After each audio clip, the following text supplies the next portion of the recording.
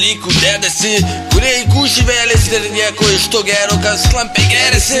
Ir žaisim iki pirmo įvarčio 1-0, musulmonai veda, blėt. Nestabili būsena šio gabalo verčiasi į kaklų spazmus.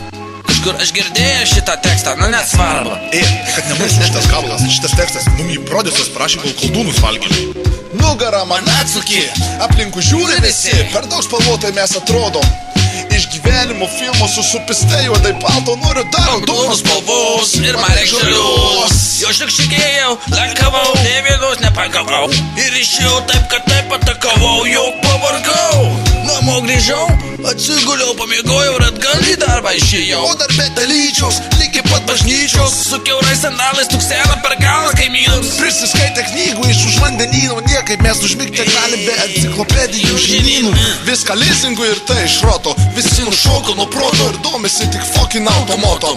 Nuo mokyklos iki senelių namų, rodos daiktas tapo stabut. Todėl ir vienas su kitu įpratom elgtis kaip su daiktu. Jo, tikra tiesa, tikra tiesa, tiesa, tikra tiesa.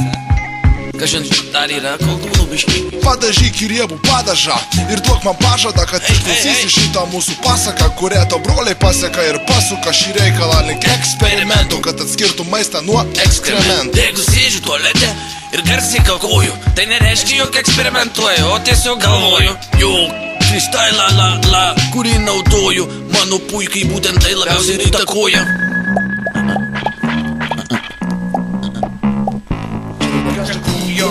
Ganja krujo, ganja krujo, ganja krujo, ganja krujo, ganja krujo, ganja krujo, ganja krujo.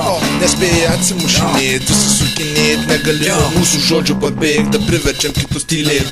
Ir užsidengia akis, nors ir naktis, nieks nepris proto dėl mūsų stereo broko.